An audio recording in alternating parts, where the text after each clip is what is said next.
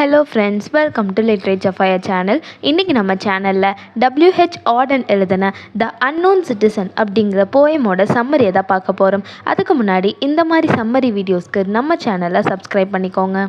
அதுக்கு முன்னாடி போயிட்ட பற்றின ஒரு குட்டி இன்ட்ரோ பார்த்துடலாம். இவர் தான் W.H. Auden. இவரோட full name Wystan Hugh Auden. இவர் 21 February 1907 பிறந்து 29 September 1973 இறந்திருக்காரு. இவர் ஒரு பிரிட்டிஷ் அமெரிக்கன் போயட். ஆர்டனோட பொயட்ரிஸ் எல்லாமே அதோட ஸ்டைலிஸ்டிக் அண்ட் டெக்னிக்கல் அச்சீவ்மெண்ட்ஸ்க்கு ரொம்பவே நோட்டபிளான ஒன்றா இருக்கும். அண்ட் ஆல்சோ இவரோட ஒர்க்ஸ் எல்லாமே பாலிட்டிக்ஸ், மாரல், லவ் அண்ட் ரிலீஜனை பற்றின ஒர்க்ஸாக தான் இருக்கும். இவரோட நோட்டபிள் ஒர்க்ஸ் அப்படின்னு பார்த்தோன்னா the shield of Achilles, funeral blue. இப்போ இந்த போயம் என்னன்னு பார்த்துடலாம். இந்த போயமில் எதை பற்றி சொல்லியிருப்பாங்க அப்படின்னா, நாட்டுக்காக போரில் கலந்துக்கிட்டு உயிர் தியாகம் பண்ண ஒரு இராணுவ வீரரை பற்றி தான் சொல்லியிருப்பாங்க. அந்த மாதிரி உயிர் தியாகம் பண்ண இராணுவ வீரருக்கு ஒரு நேமை கொடுக்காம ஒரு நம்பர் கொடுத்துருப்பாங்க, சீரியல் நம்பர். அந்த நம்பரை தான் அவரோட கல்லறையிலும் எழுதியிருப்பாங்க. அப்படி பேரை சொல்லாமல் ஒரு நம்பர் மட்டும் வச்சு அடையாளம் செஞ்சுருக்க இந்த அன்னோன் சிட்டிசனை பற்றி தான் இந்த போயமில் பார்க்க போகிறோம். அந்த அன்னோன் சிட்டிசனோட நம்பர் என்னன்னா JS07M378. கவர்மெண்ட் அவங்களோட ஸ்டாட்டிஸ்டிக்ஸ் டிபார்ட்மெண்ட்டை வச்சு என்ன பண்ணுறாங்கன்னா, இந்த ஊரில் இருக்க எல்லா இண்டிவிஜுவல்ஸோட ரிப்போர்ட்டையும் கலெக்ட் பண்ணுறாங்க. அப்படி கலெக்ட் பண்ணும்போது ஒரே ஒரு மேன் மட்டும் ரொம்பவே யூனிக்காக இருக்கார். அவர் மேலே எந்த ஒரு கம்ப்ளைண்ட்டும் வரல. நிறைய டிபார்ட்மெண்ட்ஸ்லேருந்து ரிப்போர்ட்ஸ் வந்திருக்கு, health card, news paper, public opinion, teachers, இந்த மாதிரி.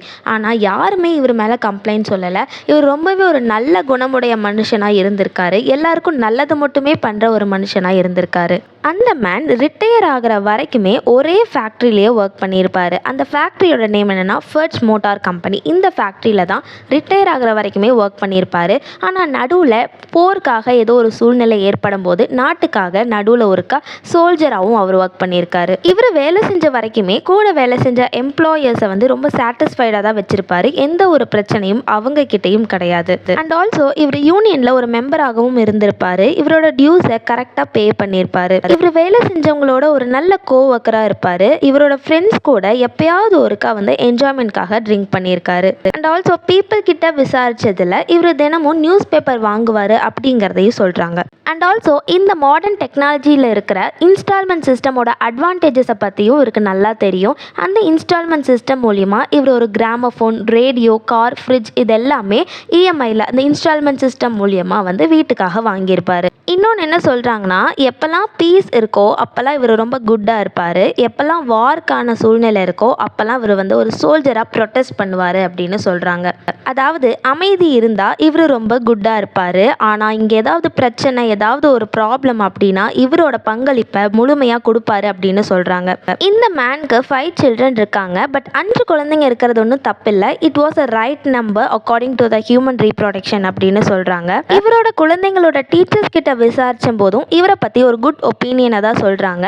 சில்ட்ரனோட எஜுகேஷனில் இவர் இன்டர்ஃபியர் பண்ணவே மாட்டார் அப்படிங்கிறத சொல்கிறாங்க. இந்த போயமில் ஆர்டன் என்ன சொல்ல வராருன்னா, ஒரு சட்டரிக்கலான ஒரு போயம் தான் இது. அதாவது ஒரு மோக்கரியான விஷயம், கேலி பண்ணுற விதமாக தான் கேட்குறாரு. Was a man free and happy அப்படின்னு கேட்குறாரு. ஒரு மனுஷன் ஃப்ரீயாக இருக்கானா அண்ட் ஹாப்பியாக தான் இருக்கானா அப்படின்னு கேட்குறாரு. ஏன் அப்படின்னா, அவன் பாட்டுக்கு அவன் வேலையை நல்லா தான் செஞ்சுருக்கான். பட் அந்த ரிப்போர்ட்டில் குட்டுன்னு தானே வந்திருக்கு.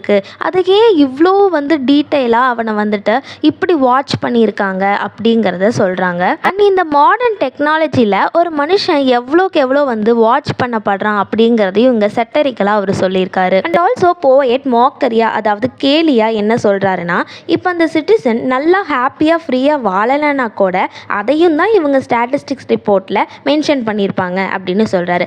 அதாவது நல்லா வாழ்ந்தாலும் குத்தம், நல்லா வாழலைனாலும் குத்தம் அப்படிங்கிற மாதிரி ஒரு மோக்கரியா தான் இந்த போயமா அவர் எழுதியிருக்காரு. ஸோ அவ்வளோதான் இந்த poem. So that was the end of the poem the unknown citizen.